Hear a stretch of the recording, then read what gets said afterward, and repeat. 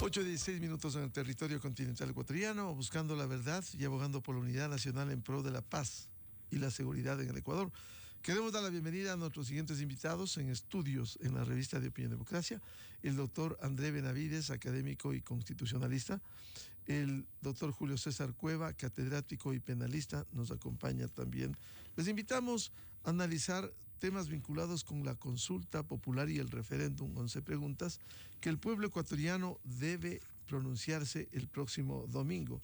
Y desde aquí hemos invocado que el pueblo ecuatoriano está obligado a definir en las urnas de manera libre, pero consciente, ojalá en esta ocasión consciente y de manera responsable, para no malograr lo que, por ejemplo, en una de las preguntas, la extradición se perdió el 5 de febrero del año anterior, precisamente porque estaba en juego la imagen de un gobierno deteriorado como el de Guillermo Lasso. Hay que recordar también que esto se presenta en medio de un conflicto armado interno, el asedio del crimen organizado transnacional, el narcotráfico y la narcopolítica, lo cual es extremadamente grave. ¿Cómo no, por ejemplo, el respaldar que Fuerzas Armadas de manera complementaria apoye a la Policía Nacional o que haga un control permanente en las inmediaciones de las cárceles del ingreso de armas, explosivos y otros materiales? Si el pueblo ecuatoriano vive angustia por la violencia e inseguridad, estas preguntas quizás no abonan, al menos para enfrentar este conflicto armado interno. Preguntas que flotan y que quiero preguntarle: ¿cómo enfrentar este referéndum y esta consulta popular en la recta final? Doctor André Benavides, muy buen día. Buenos días, estimado Miguel. Un cordial saludo para usted, para el doctor Julio César Cueva y por supuesto para toda la ciudadanía de Radio Democracia. Bueno, estamos prácticamente a vísperas de esta consulta popular y creo que desde los diferentes sectores políticos, pero principalmente de la ciudadanía, existe una expectativa bastante alta. Tomando en cuenta que estas preguntas de consulta popular, en efecto, tienen por finalidad resolver los graves problemas que actualmente vive el país. Tenemos problemas de inseguridad y de delincuencia. Tenemos los problemas del conflicto armado interno. Tenemos problemas en lo que tiene que ver con el ámbito económico y también con la justicia. Y yo creo que varias de estas preguntas son sustantivas, principalmente aquellas que son de reforma constitucional. Y yo creo que los ciudadanos no podemos dejar de ver la realidad que pasa todos los días en nuestro país. Y por eso creo necesario que estas preguntas de consulta popular, principalmente las de referéndum, tienen que ser aprobadas. ¿Cómo no estar de acuerdo con la complementariedad de Fuerzas Armadas con Policía Nacional? ¿Cómo no estar de acuerdo con la justicia especializada en materia constitucional? ¿Cómo no estar de acuerdo con el trabajo por horas y también el arbitraje internacional? Y principalmente, ¿cómo no estar de acuerdo con la extradición de aquellos delincuentes para que sean juzgados en otros estados? Entonces vemos que son cambios importantes que de alguna forma van a resolver el problema que actualmente está viviendo el país. Yo considero que eventualmente el domingo la consulta popular va a tener un resultado positivo. Sin embargo, tenemos que también estar pendientes de lo que puede pasar después de la consulta popular, porque esto no es solo cuestión de que se apruebe en las urnas estos cambios constitucionales y las preguntas de plebiscito, sino que aquí también requiere ciertas actuaciones de Asamblea Nacional, Presidente de la República y otras entidades del Estado. Vamos con ejemplos. En lo que tiene que ver con las preguntas de plebiscito, estimado Miguel, el Presidente de la República tiene que presentar proyectos de ley que no sabemos todavía cuál será su alcance, pero tiene que hacerlo después de 5 días publicado en el registro oficial estas preguntas de consulta popular.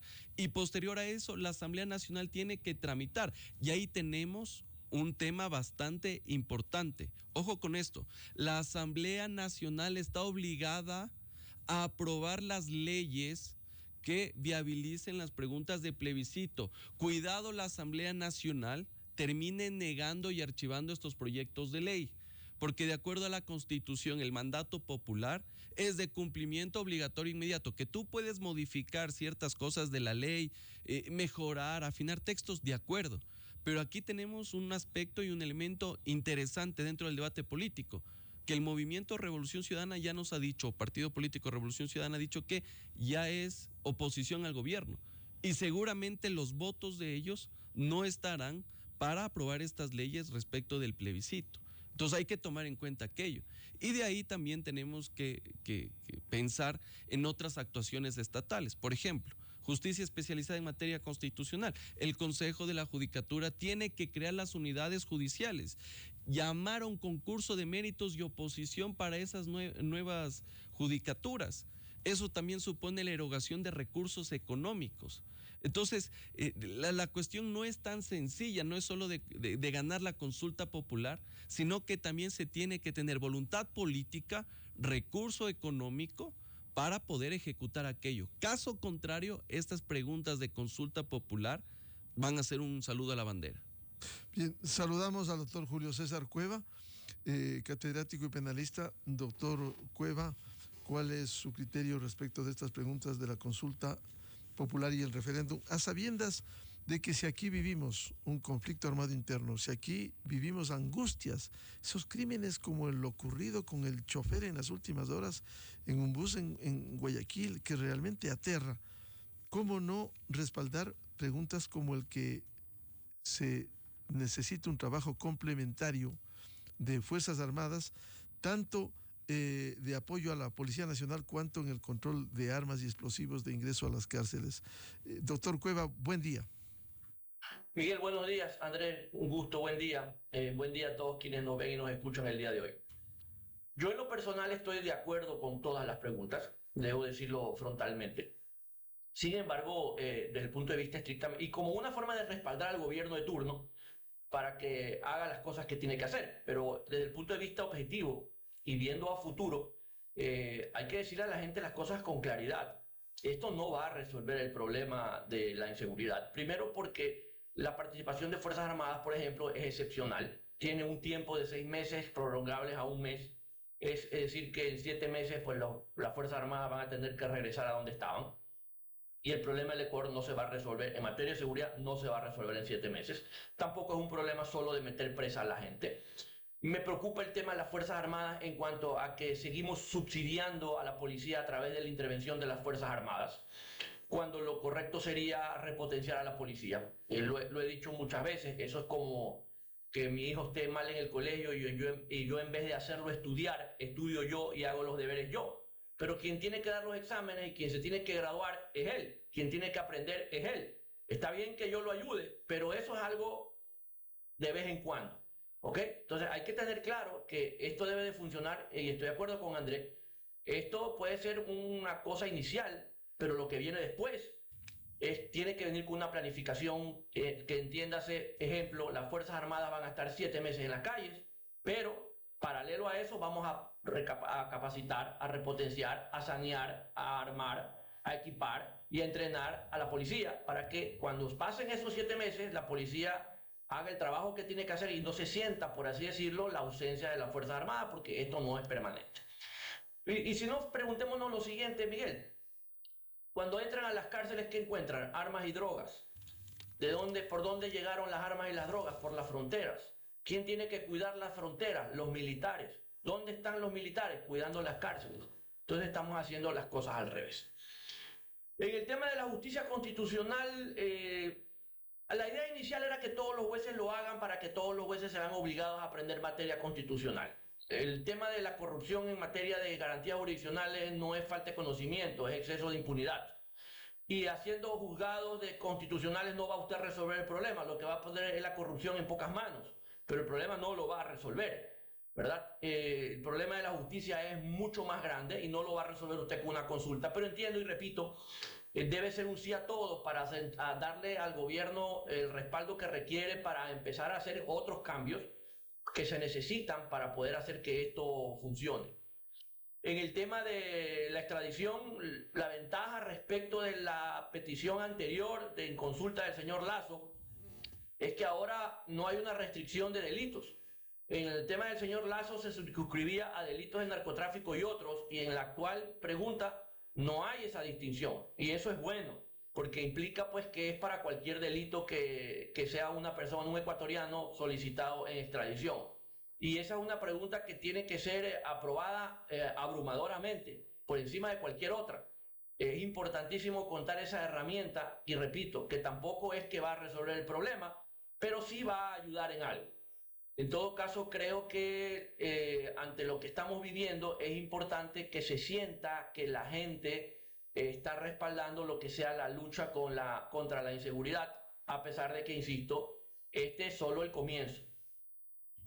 Doctor Cueva, esta inquietud que planteaba el doctor André Benavides, que viene luego de la consulta, partiendo de un hecho que usted bien lo ha señalado, efectivamente, si bien las preguntas no van a solucionar todos los problemas existentes para no generar falsas expectativas, sí constituyen avances y reformas necesarias y urgentes en varios campos, por ejemplo, en el tema de seguridad ciudadana, en el tema del empleo pleno, destinado para los jóvenes, que no va a arreglar. Pero no hay que generar una distorsión cuando se habla hoy que va a afectar a los derechos adquiridos, por ejemplo. Por ello es importante. Sí, doctor. En lo más mínimo, Miguel, y se lo pongo fácil. Y esto específicamente en el tema del trabajo para la gente joven. Dicen que es que va a afectar porque no vas a tener seguro social. Y yo pregunto, ¿y el desempleado tiene seguro social? Es que va a afectar porque usted no va a tener, me invento, los décimos. Y el que está desempleado tiene décimos. Entonces, todo aquello que supuestamente el trabajo por horas va a afectar, déjeme decirle que el que no trabaja y no tiene trabajo tampoco tiene esos beneficios. Y yo creo que sí, hay mucha gente joven que no puede trabajar las 4 horas que hoy por ley se pueden trabajar, sino tal vez 2 horas o 3 horas. Y eso le sirve a mucha gente joven que estudia, por ejemplo, aunque sea para pagar el transporte con el que van y vienen de la universidad. En todo caso, yo pienso que lo que sí precariza el trabajo es no tener la posibilidad de trabajar por horas. De tal manera que yo pienso que es una buena idea que aquí se pueda contratar por hora. El problema no es el contrato por horas, el problema es la falta de control para quienes abusan de esa forma de contratación. Y es que lamentablemente en el Ecuador no podemos seguir prohibiendo aquellas cosas que no podemos controlar, que es lo mismo que pasa con el arbitraje. Se oponen al arbitraje como que si el arbitraje fuera malo. El problema no es que el arbitraje sea malo, es que aquí no respetamos los contratos. Entonces lo que hay que hacer es cambiar la mentalidad de no respetar los contratos y va a ver con usted como el arbitraje es bueno y la inversión extranjera viene. Lo mismo pasa con el contrato por horas. El contrato por horas no es malo. El problema es que no controlan apropiadamente a quienes abusan de esa forma de contratación. Entonces tenemos que corregir conductas. El problema no son las preguntas. Y por lo tanto creo que en ambas hay que votar sí. Doctor André Benavides, este tema del arbitraje internacional también es importante. Si la justicia ecuatoriana ha demostrado no ser confiable, no ofrecer seguridad jurídica, precisamente por la mala actuación y reincidencia de jueces venales, hoy tenemos caso Metástasis, Purga, Plaga y otros, obstrucción de la justicia, independencia judicial, ¿acaso no puede generar seguridad jurídica el que haya un arbitraje internacional y certeza en una inversión? Por supuesto, estimado Miguel. A ver, tenemos que aquí partir de varios antecedentes y cómo se ha distorsionado el arbitraje internacional. Lastimosamente, en otros gobiernos no se respetaron los contratos de inversión, no se respetaron los contratos de empresas privadas del extranjero que invertían en el país, y eso dio como resultado que, en efecto, por un lado, esos inversionistas salgan de la economía nacional y por otro que activen la vía del arbitraje. Pero si tú tienes, por ejemplo, gobiernos que a pesar de que hay un contrato, te lo incumplen y después lo judicializan con jueces de aquí y le sale el resultado favorable al Estado, obviamente que no existen condiciones. Porque no solo tenemos que ver los casos que tú has mencionado, Miguel, sino también que la presión política del gobierno ha hecho que jueces fallen a favor del Estado. Entonces, ¿qué condiciones puedes tener para poder invertir en el país? Como primer punto. Segundo, se ha distorsionado el arbitraje internacional porque dice el arbitraje internacional, el Ecuador pierde siempre. Pero el problema no es la institución como tal. El problema radica, uno, que tú no sabes a qué árbitros realmente vas a seleccionar para que sustancien ese procedimiento. Y dos, que la Procuraduría General del Estado no ha estado a la altura de las circunstancias y lastimosamente en algunos casos en donde se ha perdido, ¿qué es lo que ha ocurrido? Que han enviado a gente que no tiene conocimiento de ese tipo de procedimientos y que recién van a aprender cómo se hace un arbitraje internacional. Entonces, no te sorprenda si pierdes este tipo de procesos cuando no tienes la preparación correspondiente para resolver, para poder defender los más altos intereses del Estado. Eso por un lado. Ahora, ¿es necesario el arbitraje internacional en estos momentos? Sí, y más aún con la situación económica que está viviendo el Ecuador. De alguna forma te da garantías, te da seguridad jurídica. Vas a saber que estás jugando en una cancha que no está inclinada, donde el árbitro no puede ser cooptado. Y eso evidentemente va a garantizar que los inversionistas puedan, obviamente, traer su capital, invertir en los sectores estratégicos, en otros proyectos que son de beneficio también para el país y con eso generar, dinamizar la economía del Ecuador. El tema del arbitraje internacional, doctor Julio César Cueva, ¿cómo implementar para dar garantía y seguridad jurídica a los inversionistas? Estoy de acuerdo con Andrés, Miguel. El problema no es la institución del arbitraje, es que aquí no se respetan los contratos. El arbitraje va a ser visto de otra manera si aquí empezamos a no solo a respetar los contratos, sino que quienes tienen que representar al Ecuador en la eventualidad de un arbitraje en el extranjero sean personas que están y que conocen sobre el tema y sobre la materia. El otro problema es que cuando se hacen los contratos no se hacen como por gente que sabe o por gente que tiene la intención de que los contratos funcionen bien. Entonces, claro, se detectan irregularidades y el Estado, ese es otro de los problemas. Nunca se da la vuelta para repetir. Entonces el funcionario firma cualquier cosa, se corrompe muchas veces en la firma de estos contratos, que ya también lo conocemos, y cuando el Estado reclama, claro que pierde, porque tiene cláusulas que no están bien redactadas, tiene cláusulas que son nocivas para el Estado, y cuando el Estado finalmente pierde en derecho, que muchas veces pierde en derecho, no se da la vuelta, o mejor dicho, nunca se da la vuelta al Estado para repetir contra los funcionarios. Entonces eso también genera impunidad. Al funcionario le da lo mismo firmar cualquier cosa, porque el Estado nunca lo va a ir a buscar para cobrarlo. Pero repito, el problema no está en la institución. Si usted tiene como una persona que tiene dinero y quiere invertir, usted lo que necesita es producir más dinero. Nadie invierte para tener menos dinero. Entonces, si usted le da las opciones a un inversionista extranjero, un país con seguridad jurídica, con una justicia pues, que no tiene tachas y que se respetan los contratos y le pone enfrente un país en donde la justicia no funciona, en donde no le respetan los contratos y en donde poco más lo terminan insultando, ¿en dónde mete usted la plata? Entonces, si el Ecuador quiere traer capitales frescos, quiere traer inversión extranjera, tiene que darle a estas personas las condiciones mínimas necesarias para que puedan invertir. De lo contrario, la gente se va al Perú, la gente se va a Colombia, la gente va a cualquier parte y esos capitales pasan saludando nada más, pero nunca entran al Ecuador. Entonces, si realmente queremos que alguien meta plata aquí, ¿verdad? Tenemos que dar las condiciones mínimas. Es como que usted tiene plata para meter en un banco. ¿En qué banco va a meter la plata? En el banco que se queda con su plata, no se la devuelve o no le da una buena rentabilidad o lo tiene que demandar para reclamar la plata, o en un banco que le da rentabilidad, que le respete el contrato de la cuenta, que le paga los intereses que le tiene que pagar. Es exactamente lo mismo. De tal forma que la pregunta, en mi opinión, debe ser aprobada por la gente y debe de obligarse al Estado a tomar las consideraciones y las correcciones del caso para que los arbitrajes salgan como tengan que salir en la eventualidad de que tengamos una situación de estas en futuro. Doctor Andrés Benavides, hay otro tema en la consulta popular que se relaciona con la extinción de dominio y el planteamiento que se hace, porque el Ecuador no ha sido un país que ha logrado recuperar bienes mal habidos, bienes de origen ilícito o injustificado. Si uno hace la legislación comparada con una ley de extinción de dominio en donde en Colombia ha funcionado, y ahí está la casuística, en el caso ecuatoriano no ha habido manera de lograr esa extinción de dominio de bienes mal habidos. ¿Contribuye esta reforma a la ley de extinción de dominio? Las preguntas de consulta popular justamente es mejorar los procedimientos que se dan en función de la aplicación de la ley de extinción de dominio. Creo que en los últimos casos de connotación, en los cuales ya ha existido sentencias condenatorias ejecutoriadas, todavía no se ha podido recuperar el producto del hecho ilícito. Ahora bien, yo creo que conceptualmente hablar de una ley de extinción de dominio y la forma como se la redactó daba alguna salida a esa situación. Sin embargo, yo considero que aquí no es un problema de norma, sino es un problema de aplicación. Usted, Miguel, tiene en el Código Orgánico Integral Penal varias medidas cautelares que muchas veces no se cumplen. Usted tiene medidas cautelares de carácter real para que aquellos bienes, aquellas cuentas de quienes han cometido un delito puedan ponerse a órdenes de la justicia y obviamente con eso no se puedan distraer, se puedan vender inmuebles, se puedan utilizar para testaferros, etcétera, etcétera.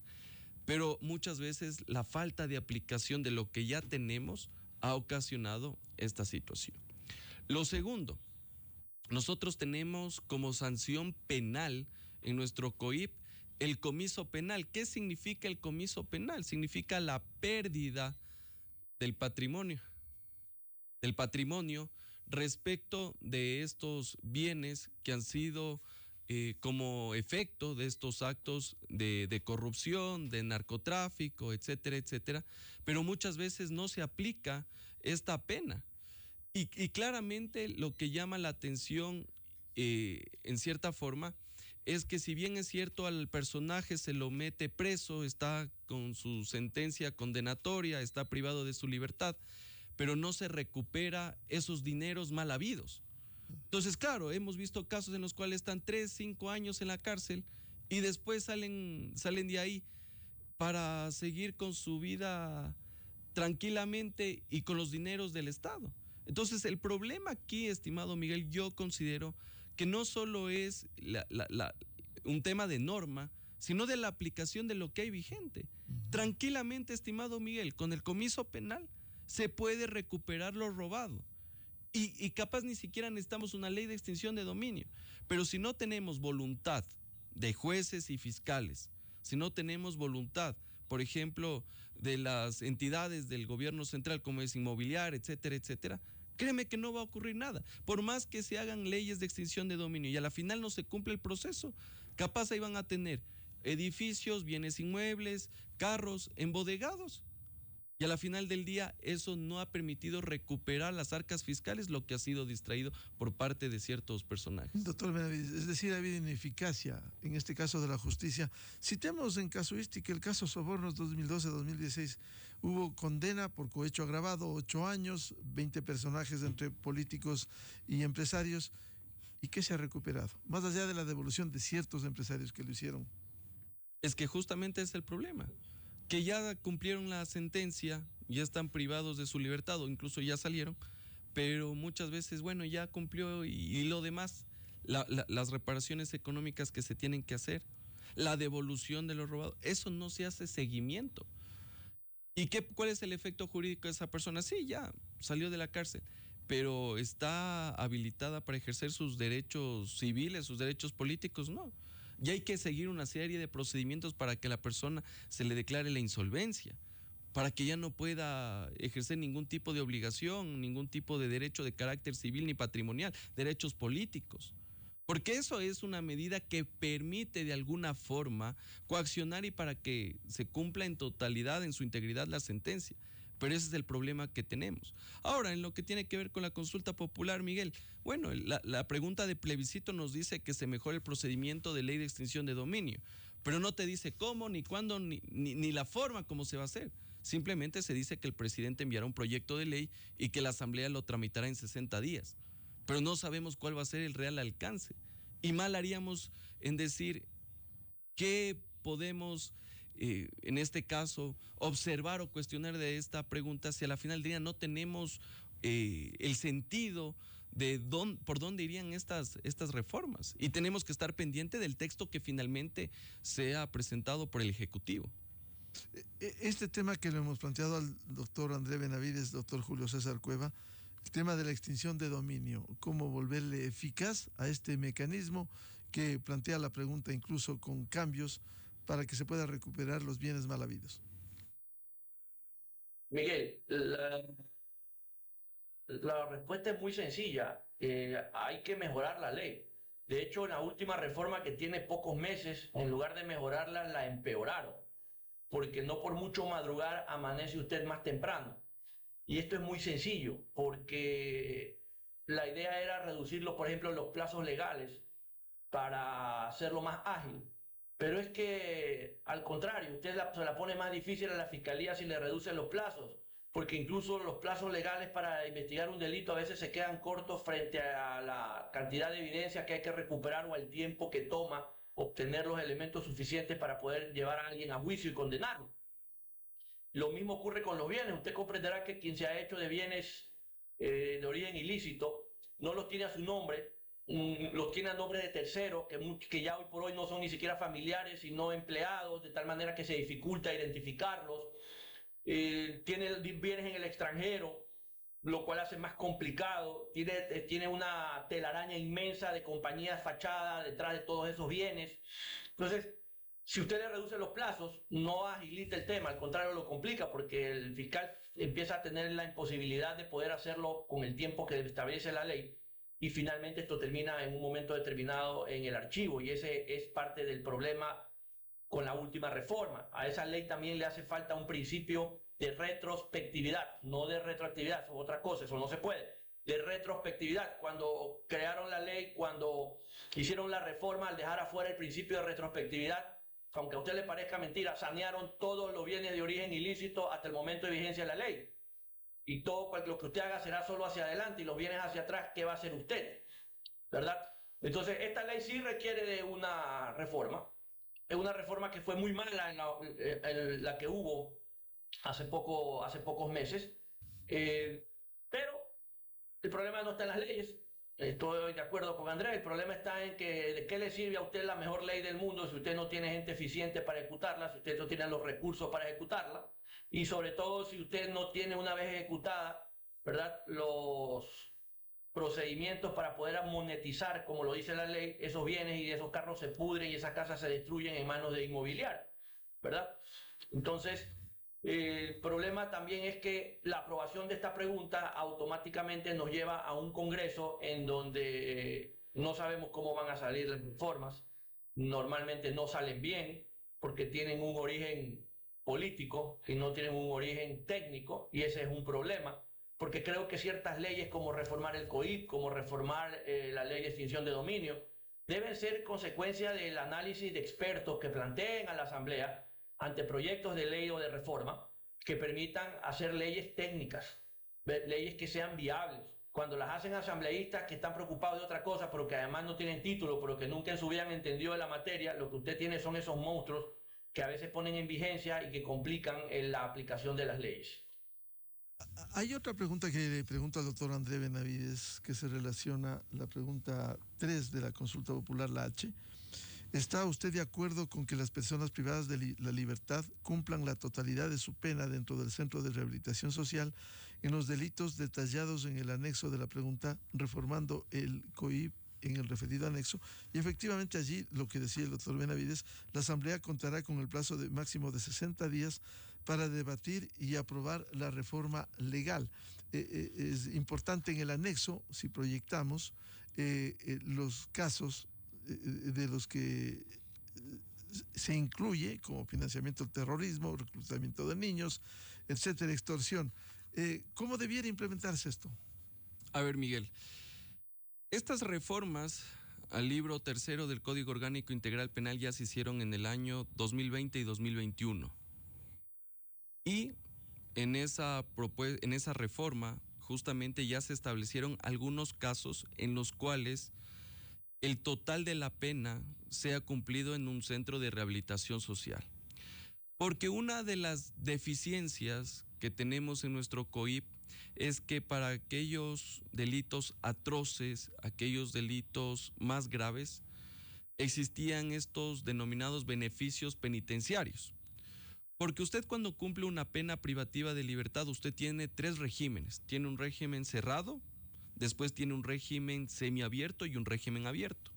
Y de acuerdo al cumplimiento de un porcentaje de la pena, usted va beneficiándose de estos regímenes. Entonces, si cumple el 60% de la pena, ya va a un régimen semiabierto. Supongamos la persona está privada de su libertad los fines de semana y de lunes a viernes puede estar tranquilamente caminando por las calles y plazas del país, y después usted tiene un régimen abierto en el cual la persona ya está en la calle y tiene que presentarse periódicamente para decir que no se ha fugado, no ha hecho otros delitos, etcétera, etcétera. Entonces, ¿qué es lo que pasaba? Que muchas veces ocurría que la persona era sentenciada, digamos, por un delito, tenía una pena de 5 años, cumplía 3 y ya prácticamente al tercer año ya podía salir. Y eso ha generado muchas veces que esas personas sigan delinquiendo.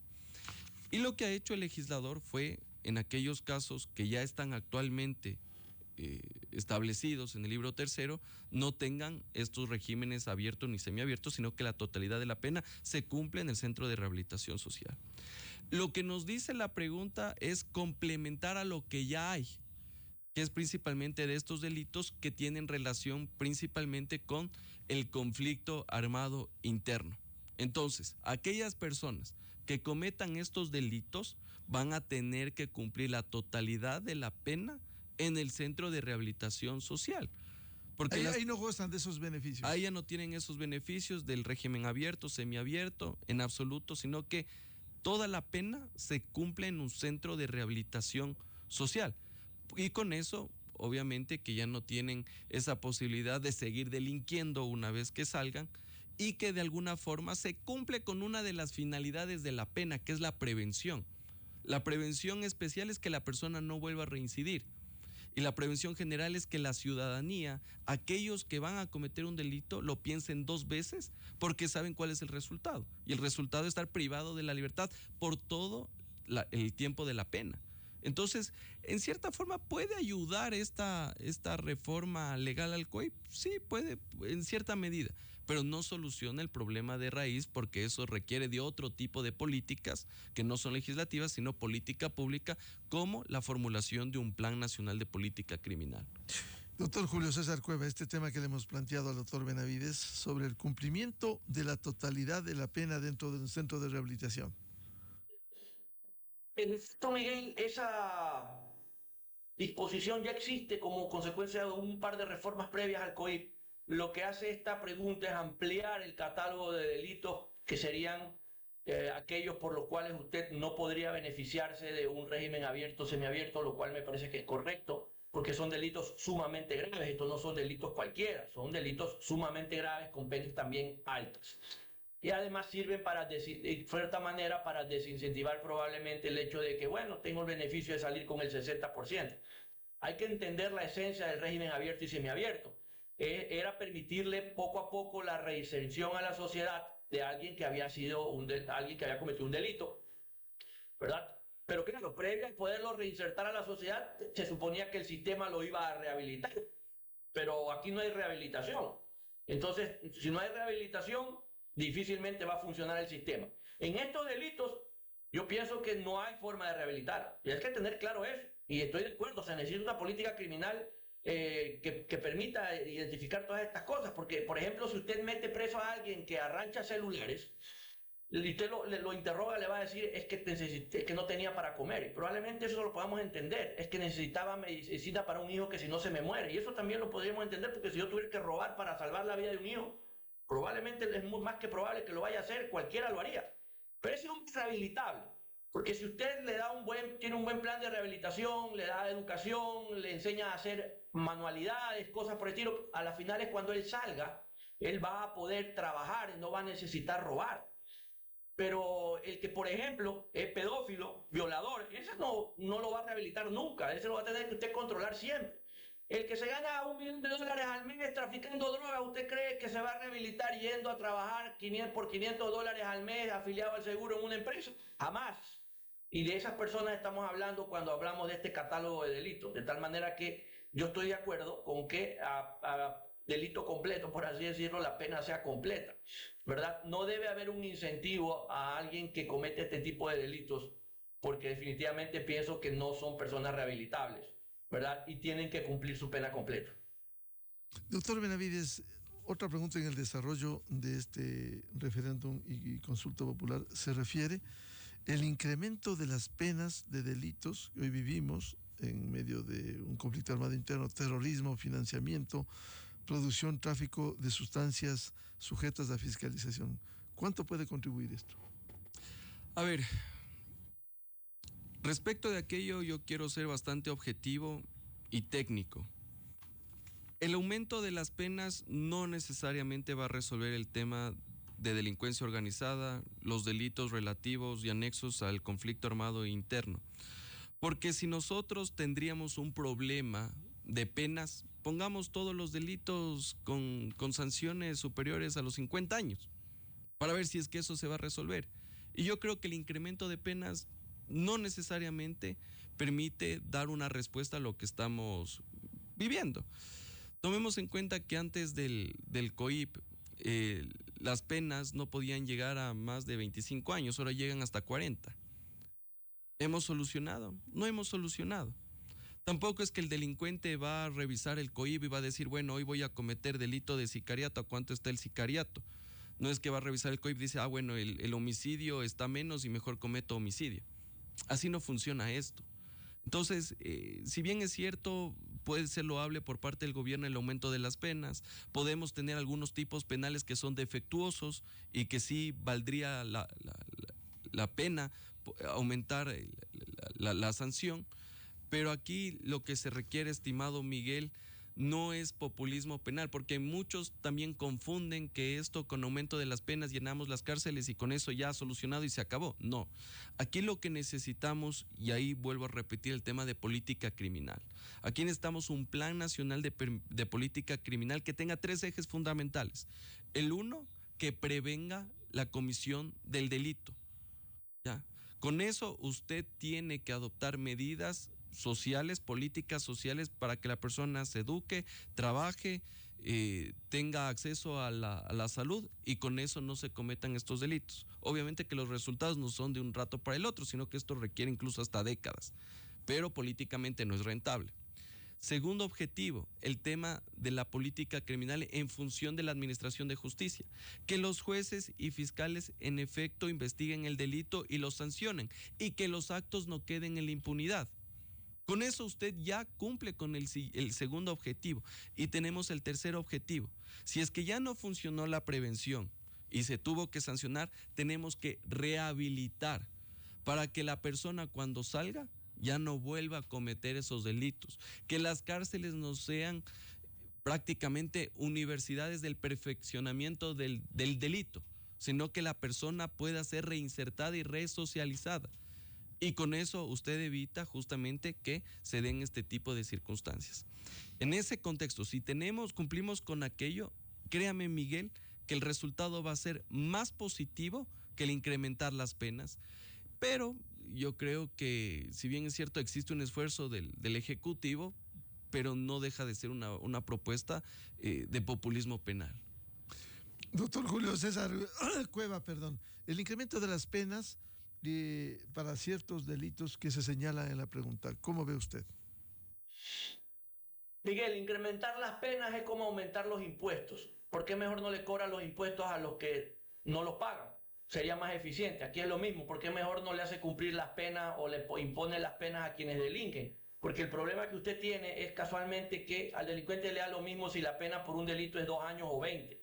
Él tiene la certeza de que en el Ecuador hay exceso de impunidad y que las probabilidades de que lo condenen a los 2 años o a los 20 son prácticamente nulas. De tal manera que esto no...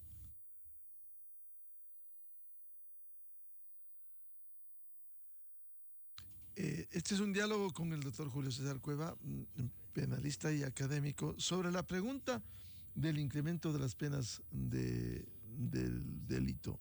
Por favor, doctor Cueva, si continúa. Bueno, perdimos el contacto, ya restablecemos. Doctor Benavides, con estas consideraciones, estas preguntas que va a pronunciarse el pueblo ecuatoriano el próximo domingo, ¿cuán importantes son para que, como decíamos al comienzo, no se malogre el que se vote a favor o en contra de un gobierno cuando hay necesidades del país? Yo creo que estas preguntas de consulta popular no son un respaldo a Daniel Noboa. Yo creo que aquí es un respaldo a la institucionalidad y un respaldo al Estado, independientemente del proponente. Y yo creo que esta consulta popular lo que permite es dar un impulso y dar un mensaje claro que los ciudadanos, los buenos, somos más respecto de aquellos que quieren tomarse las instituciones por asalto, de aquellos que han generado el terrorismo, aquellos que han generado incertidumbre y zozobra en la ciudadanía, que los ciudadanos estamos impulsando el respeto del Estado de Derecho.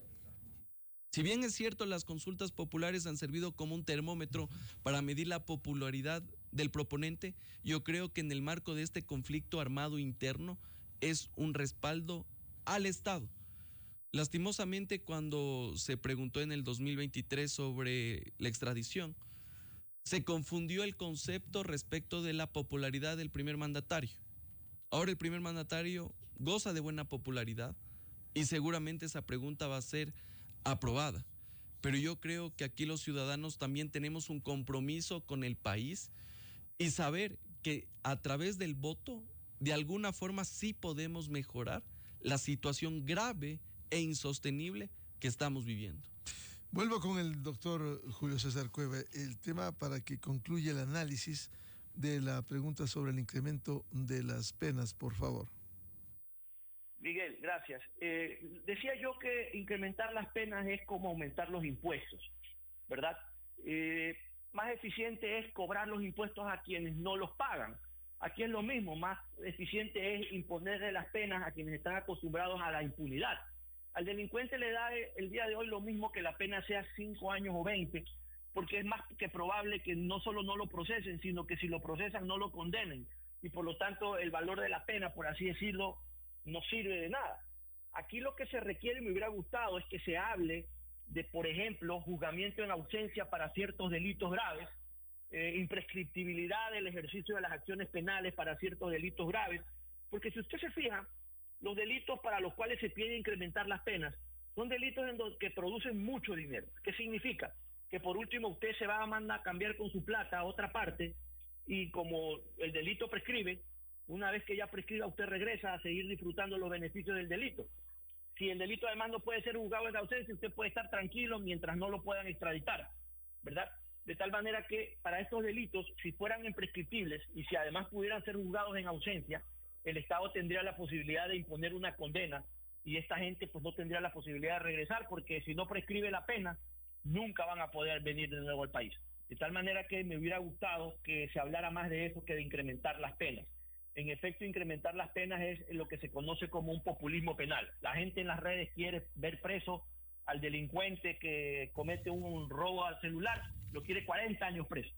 Pero ahí también tenemos otro problema, que el delincuente que arrancha celulares, cuando entra a la cárcel y sale, ya no sale pues como arranchador de celulares, sale como sicario. Entonces yo no creo que como sociedad estemos ganando. Y segundo, en un sistema penal, o por lo menos de rehabilitación social, así decirlo, porque eso no existe, meter más gente más tiempo significa tener más hacinamiento. ¿Cómo vamos a resolver ese problema? De tal manera que aquí no, la solución no va a ser incrementar las penas. Espero que si van a haber reformas como consecuencia de la aprobación de las preguntas, se tomen en cuenta estos factores. Doctor Cueva, le planteábamos al doctor Benavides el que no se polarice en una consulta con temas tan importantes en general, a favor o en contra de un gobernante. Y ya tuvimos la experiencia 5 de febrero del año pasado, cuando se malogró la extradición, planteada en otras condiciones, pero al final extradición de quienes están vinculados a la delincuencia organizada. ¿Cómo lograr que haya conciencia y no se malogre, anteponiendo la popularidad de un presidente o no? Bueno, lamentablemente, Miguel, no en esta, ni en la anterior, ni en las otras, esto es de mucho tiempo atrás. La gente confunde la consulta como una especie de sistema de aprobación al gobierno de turno y eso es lamentable. Tanto así que fíjese usted que el gobierno de turno, este y el anterior, hacían campaña a favor de su consulta, cuando no debería ser necesario, debe ser un acto de conciencia del ciudadano el conocer que lo que se está preguntando, ¿verdad?, es algo que va a beneficiar a la sociedad y no más allá del tiempo que el funcionario, el presidente esté en el cargo. Pero eso toma mucho tiempo, Miguel, porque requiere de un ciudadano consciente. Y hoy por hoy no tenemos un ciudadano consciente. El que va a votar es el que está acostumbrado a pasarse las luces rojas. Y si usted en la consulta le pregunta si quiere que no haya multa por pasarse las luces rojas, le va a votar que sí. Pero no revisa los anexos, no tiene idea de qué se trata. Entonces requiere de cívica, requiere de tener pertenencia a un país en el que la gente no tiene pertenencia. Y eso empieza por casa, eso empieza en las escuelas, eso empieza dándole educación a los hijos como debe de ser, para que entiendan lo que es ser parte de una sociedad. Esto va a tomar mucho tiempo y se requiere de mucha concientización. Ahí los medios también tienen mucho que ver para concientizar, haciendo que la gente entienda el alcance de las preguntas, el alcance de las reformas, para que a la hora de votar lo haga pensando en el futuro propio como ciudadano y como sociedad, y no necesariamente en la popularidad de un gobierno. De lo contrario, las consultas están prácticamente condenadas al fracaso en un momento determinado, si por alguna situación como la que vivimos actualmente, los cortes de luz, la gente lo toma el día domingo como un desquite y vota como no tiene que votar. Entonces hay que tener mucho cuidado con eso. Doctor Andrés Benavides, hay otra pregunta importante que tiene que ver con el establecimiento de las judicaturas especializadas, tema del referéndum, a sabiendas de que ha habido un permanente abuso de malos jueces en la atención favorable de acciones constitucionales de habeas corpus, acciones de protección, que han permitido que se burlen de la justicia quienes recibieron incluso sentencias condenatorias de ejecutoriadas. Yo creo que esta pregunta es fundamental, principalmente para el foro jurídico y los justiciables. Pero aquí, más allá de resolver estos problemas en los cuales determinados funcionarios públicos, determinados políticos bypaseaban la justicia constitucional presentando habeas corpus en Manglar Alto, medidas cautelares en cantones pequeños geográficamente hablando, y con eso tener resultados, sentencias favorables, se permite corregir con aquello. Pero más allá de estos defectos que hemos visto del bypaseo, de la desnaturalización, del abuso de las garantías jurisdiccionales, acción de protección, medidas cautelares y habeas corpus, yo creo que esto da una respuesta favorable a la ciudadanía, al ciudadano común. Porque, ¿qué es lo que pasa actualmente? Y eso lo puedo decir no porque me lo han contado, sino porque lo he visto de primera mano al dedicarme al libre ejercicio. Lastimosamente hay jueces que no conocen la materia constitucional. Hay jueces que no dominan la jurisprudencia de la Corte Constitucional. Y muchas veces por ignorancia, por facilismo, por comodidad, terminan negando acciones de protección cuando en efecto han existido violaciones a derechos constitucionales. Entonces, claro, la persona activa el mecanismo y termina teniendo una sentencia desfavorable y está en una situación en la cual sus derechos han sido violentados. Esperemos que con jueces especializados esto se pueda corregir y con eso a la ciudadanía darle también una respuesta para aquel, por ejemplo, profesor que ha sido indebidamente destituido en procesos sumarios donde se violentaron el debido proceso, se lo pueda devolver a su puesto para que siga enseñando. También aquellos funcionarios públicos en los cuales no se les sigue el debido proceso y puedan seguir trabajando. Más allá de la sentencia que la semana pasada sacó la Corte Constitucional y que limita este tipo de actuaciones. Pero los derechos merecen una tutela a través de jueces especializados. Y creo que con esta propuesta de consulta popular se matan dos pájaros de un tiro. Por un lado, el abuso, y por otro lado, jueces especializados que conozcan materia constitucional. Y creo que este es favorable principalmente para la ciudadanía, más allá de aquellos que han abusado de aquella. Doctor Julio César Cueva, el tema del establecimiento de judicaturas especializadas en materia constitucional, ¿cuánto va a contribuir cuando ha habido abusos de malos jueces en la atención de acciones constitucionales como habeas corpus o acciones de protección? Miguel, eso que usted menciona es consecuencia de una de dos cosas: corrupción o ignorancia. Y creando más juzgados usted no combate la corrupción, de tal manera que no va a resolver el problema. Creando más juzgados o juzgados especializados, usted no combate la ignorancia se combate capacitando. La intención del legislador constituyente de que todos los jueces sean jueces en materia constitucional era justamente obligar al sistema a que los jueces conozcan bien el manejo de la Constitución, para que al momento de resolver no solo garantías jurisdiccionales, sino respecto de sus materias especializadas, apliquen siempre de primera mano la Constitución. No funcionó por una razón muy sencilla, no los capacitaron. Aquí lo que usted tiene que hacer es capacitar a la gente. Esto de crear juzgados constitucionales es lo que se llama justicia especializada. Pero es que la justicia ya es especializada en materia civil, en materia de niñez, en materia laboral, en materia penal. Claro, con excepción de los jueces multicompetentes en ciertos cantones pequeños. Entonces, la justicia ordinaria, por ejemplo, ya es especializada. Yo le pregunto, ¿funciona? ¿No funciona? ¿Es corrupta? Es corrupta. Con excepciones, obviamente, pero es corrupta. De tal manera que lo que usted va a hacer es crear juzgados en donde lo que va a hacer es poner en pocas manos, ¿verdad?, algo que no necesariamente va a acabar con la corrupción. El problema de las garantías jurisdiccionales fue que se pervirtió la parte de la competencia de los jueces y un problema que se generaba en Quito y solo podía ser resuelto en Quito terminaba en Mangaral, por ejemplo. Pero eso se resuelve reformando la ley y mejorando, conforme las sentencias de la Corte Constitucional, el tema de la competencia territorial en la ley de la materia. Pero creando juzgados constitucionales, porque le pregunto, los escoge a los jueces, de acuerdo, y si no los capacita, y si no los entrena, es exactamente lo mismo que pasa con los otros jueces. Tal vez sea más fácil porque van a ser menos, no es lo mismo el costo de capacitar a todos los jueces a nivel nacional que a pocos jueces en materia especializada. Pero como tal, el problema no se va a resolver, porque el problema no está en las leyes, está en la gente que está dispuesta a decir cualquier cosa por una cantidad de dinero determinada.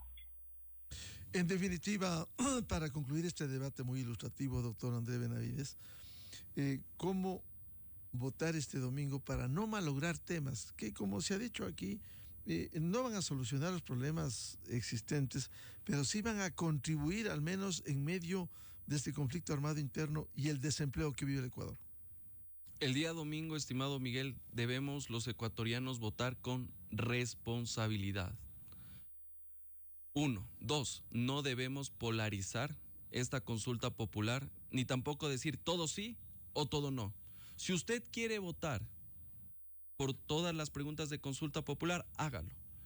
Pero tampoco se deje llevar por aquellos comentarios en los cuales cuestionan la consulta popular como si fuera todo malo. Hay preguntas positivas, de acuerdo. Y si usted no está de acuerdo con otras, vote en contra. Pero dé alguna salida a lo que estamos viviendo en el país. Y de esa forma podemos también dar un mensaje de respaldo no al gobierno, sino a la institucionalidad. Entonces aquí primero no hay que esto verlo blanco o negro. Hay preguntas que tienen defectos, sí tienen defectos. Hay otras que son muy importantes y que deben ser respaldadas. Y lo otro, tenemos que estar pendientes de lo que viene después, porque aquí es solo la primera parte de la consulta popular, el ganar las elecciones. Pero después viene la implementación y eso es en realidad lo más nuclear respecto de aquello. Caso contrario, como ya lo he advertido en esta entrevista, será un saludo a la bandera. Y los ciudadanos tenemos que estar pendientes, principalmente de lo que puede ocurrir en la Asamblea Nacional, porque la Asamblea Nacional también puede bloquear la viabilidad y ejecución de esta consulta popular. Capaz se ganen las urnas, pero en la Asamblea Nacional también se puede bloquear esta situación. Entonces hay que estar pendientes de aquellos y obviamente este domingo hacerlo de manera responsable y cívica, tomando en cuenta la situación que está viviendo el país. Doctor Julio César Cueve, ejercer un voto responsable en el momento que vivimos, dadas necesidades urgentes como en el tema de la inseguridad, y luego exigir que la Asamblea Nacional cumpla con el mandato popular que se expresa en las urnas. En efecto, Miguel, hay que votar de forma responsable, hay que votar de forma consciente, hay que votar conforme uno considere que tal o cual pregunta va a ayudar a resolver el problema del país. No votar todo sí o todo no, salvo que usted esté convencido a conciencia de que es así, pero hay que votar responsablemente. Y en efecto, esto es solamente la primera parte.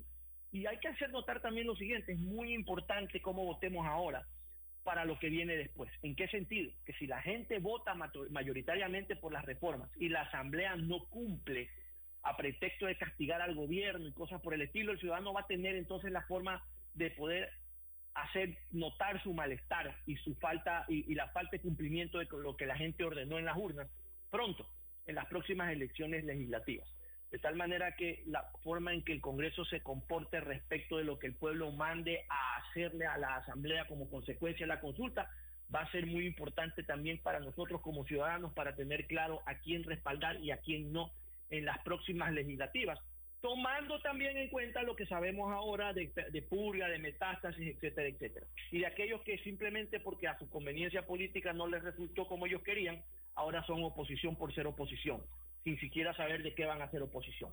De tal manera que la consulta es muy, muy importante y yo invito a todos los ciudadanos a votar cívica y conscientemente, porque aquí no nos estamos jugando el que nos caiga bien o mal un gobierno, sino en cierta forma el futuro, porque más allá del gobierno las reformas van a quedar para después. Muchas gracias por estas reflexiones al jurista constitucionalista y académico doctor André Benavides y el catedrático y penalista doctor Julio César Cueva por participar en la revista de Opinión Democracia sobre la consulta popular y sus temas. Muy amables. Gracias. Saludos a todos. Gracias por la invitación, Miguel. Un cordial saludo para todos. Con esto cerramos la jornada de entrevistas y debates, la opinión diversa y libre en la revista de Opinión Democracia.